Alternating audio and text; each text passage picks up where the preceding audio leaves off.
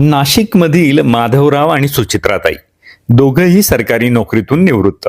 मुलगा अमेरिकेत, मुलगी बँगलोरला आणि घर 4 बेडरूमचा प्रशस्त मोठा बंगला, गाड्या 1 कार, 2 स्कूटर, 1 जुनी बाईक, बँक खाती 6 आणि घरात इतकं फर्निचर की चालताना वळसे घ्यावे लागतात. पण निवृत्तीनंतर 6 महिन्यांनी त्यांना जाणवलं, आपण कमावलं खूप, पण आनंददायी जगतोय का खरंच? आणि त्यांनी घेतला एक धाडसी निर्णय. मोठं घर विकलं, हो विकलं. बंगला विकताना सुचित्राताईंना रडू आलं. इथे मुलांचे वाढदिवस साजरे झाले, मुलं इथे मोठी झाली, इथे पहिली दिवाळी झाली. पण माधवराव म्हणाले, आठवणी भिंतीत नसतात, त्या आपल्या मनात असतात. घर विकून त्यांनी छोटा 2 BHK घेतला. फायदा काय झाला? मेंटेनन्स खर्च 60% कमी, नोकरांची गरज संपली, साफसफाईचा ताण गेला, उरलेले पैसे senior citizen FD plus mutual funds मध्ये गुंतवले. आज त्या पैशातून त्यांना दर महिन्याला स्टेडी इन्कम येतो. दुसरी गोष्ट काय केली त्यांनी? अतिरिक्त गाड्या विकून टाकल्या. 4 वाहनं ठेवून उपयोग नव्हता. त्यांचं insurance, servicing, pollution, battery problems. एक रिलायबल कार आणि एक 2 व्हीलर ठेवली, बाकी सर्व गाड्या विकून टाकल्या. त्या पैशातून त्यांनी एक इमर्जन्सी हेल्थ फंड तयार केला आणि एक छानशी सिक्कीम गंगटोकची टूर केली, पहिल्यांदाच फक्त दोघांनी. तिसरं, घरातील क्लटर काढलं. घरात 20-20 वर्ष जुनी भांडी, तुटक्या खुर्च्या, न वापरलेले शो पीसेस सगळं विकून टाकलं किंवा डोनेट तरी करून टाकलं. आणि घरात अचानक एवढी जागा निर्माण झाली की सुचित्राताई आता म्हणतात, जर बाहेर ऊन असेल, पाऊस असेल, तर जेवणानंतर मी घरातच 10 मिनिटं न अडखळता चालू शकते. आणि खरंच घर मोकळं म्हणजे मन हलकं, म्हणजे पॉझिटिव्ह एनर्जी. चौथी गोष्ट त्यांनी काय केली? 6 बँक खाती होती, ती बंद करून फक्त 2 ठेवली. पूर्वी एक सॅलरी अकाउंट होतं, एक पेन्शन अकाउंट होतं, 2 FD अकाउंट होते, 2 जॉईंट अकाउंट होते.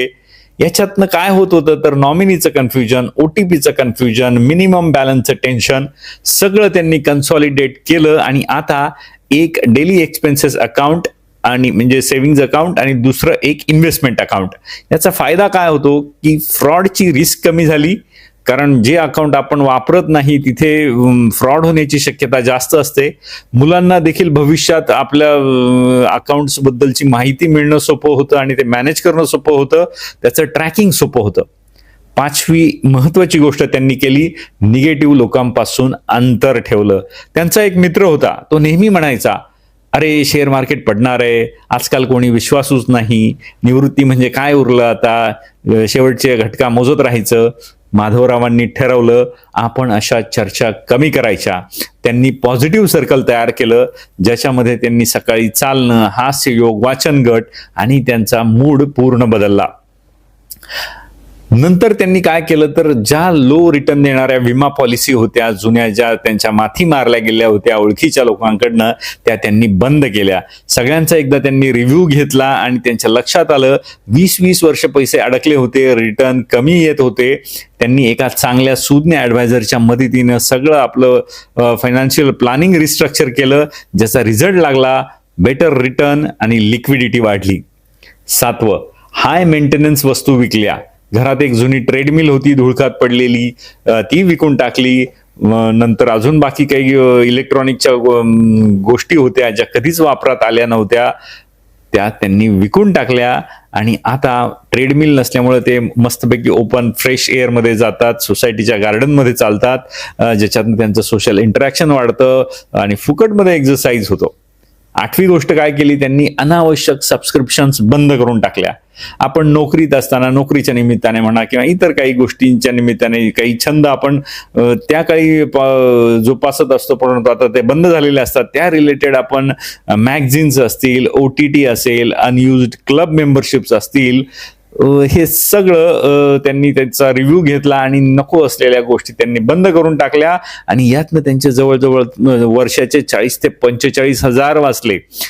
आपण साधं एक लक्षात घ्या, टीव्हीचे आपल्याकडे चॅनल किती असतात किंवा OTT सबस्क्रिप्शन किती घेतलेली असतात आणि कुठलं आपण जास्त बघतो आणि कुठलं अजिबात बघत नाही, याचा एकदा तुम्ही शांत बसून रिव्ह्यू घेणं गरजेचं आहे.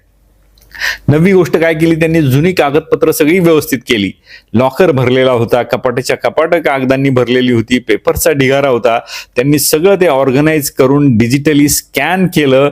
फक्त जी महत्वाची डॉक्युमेंट होती त्यांच्याच फक्त फिजिकल कॉपी ठेवल्या आणि बाकी सगळ्याचा निचरा करून टाकला. आता इमर्जन्सीमध्ये त्यांचं सगळं रेडी आहे, कारण ते कम्प्युटराइज किंवा डिजिटल केल्यामुळं आणि त्याला टॅगिंग केल्यामुळं हवं ते डॉक्युमेंट त्यांना योग्य वेळी सापडतं.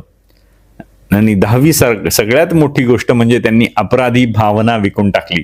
सगळ्यात मोठा बदल इथे झाला. पूर्वी ते म्हणायचे मुलांसाठी साठवायचं, कुटुंबासाठी साठवायचं. आता ते म्हणतात मुलं आता स्वतंत्र झाली, ते त्यांचं विश्वात रममाण झालेली आहेत, आता आम्हीही आमच्यासाठी जगणार.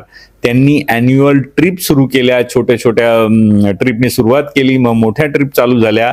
हेल्थ इन्शुरन्स अपग्रेड केलं, योगा क्लास जॉईन केला, हास्य क्लब जॉईन केला, एखादा हॉबी क्लास जॉईन केला. जसं माधवरावांनी फोटोग्राफीचा क्लास जॉईन केला, कारण त्यांना त्याची ती आवड त्यांना जोपासता आली नव्हती नोकरी निमित्ताने.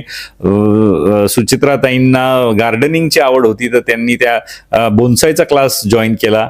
आणि सगळ्यात महत्वाचं म्हणजे त्यांचा वेळ चांगला व्यतीत होऊ लागला आणि कोणतंही बर्डन त्यांनी होतं जे डोक्यावरती, म्हणजे आपण रोज विचार करत नाही, पण एक अनावश्यक दडपण आपल्या मनावरती असतं, ते निघून गेल्यामुळे ते आनंदी झाले. मंडळी, निवृत्ती म्हणजे शेवट नाही, ती म्हणजे ऍक्टिव्ह दुसरी इनिंग. पण दुसरी इनिंग खेळायची असेल तर मैदान मोकळं करावं लागतं. जास्त वस्तू म्हणजे जास्त जबाबदाऱ्या, कमी वस्तू म्हणजे जास्त स्वातंत्र्य. त्यामुळे आजच हा प्रश्न स्वतःला ठामपणे विचारा, मी काय धरून बसलोय जे मला पुढे जाऊ देत नाही? कदाचित ते विकण्याची वेळ आली आहे, कारण हलकं झाल्यावरतीच जीवन आपलं उंच भरारी घेतं. मंडळी, हा व्हिडिओ आणि या व्हिडिओतली माहिती तुम्हाला आवडली असल्यास एक लाईक तर नक्कीच बनतो. तुमची काही प्रतिक्रिया असेल, हा खूप सेन्सिटिव्ह आणि इमोशनल विषय आहे, तुम्हाला काय वाटतं हे तुम्ही कमेंटच्या रूपानं सांगा. आणि जर तुम्ही गोल्ड एज ज्ञान या चॅनलवर नवीन असाल तर अशा उपयुक्त माहितीसाठी या चॅनलला नक्कीच सबस्क्राईब करा. धन्यवाद.